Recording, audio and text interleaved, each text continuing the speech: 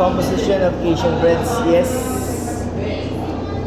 ASEAN breads.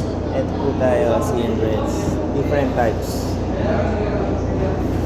And it's coming from this side.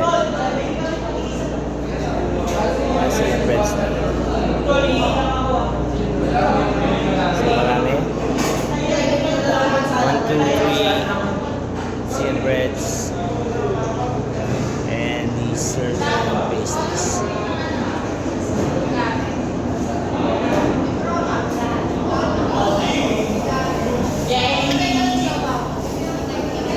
We have biyaya, we have this, and the breads all over.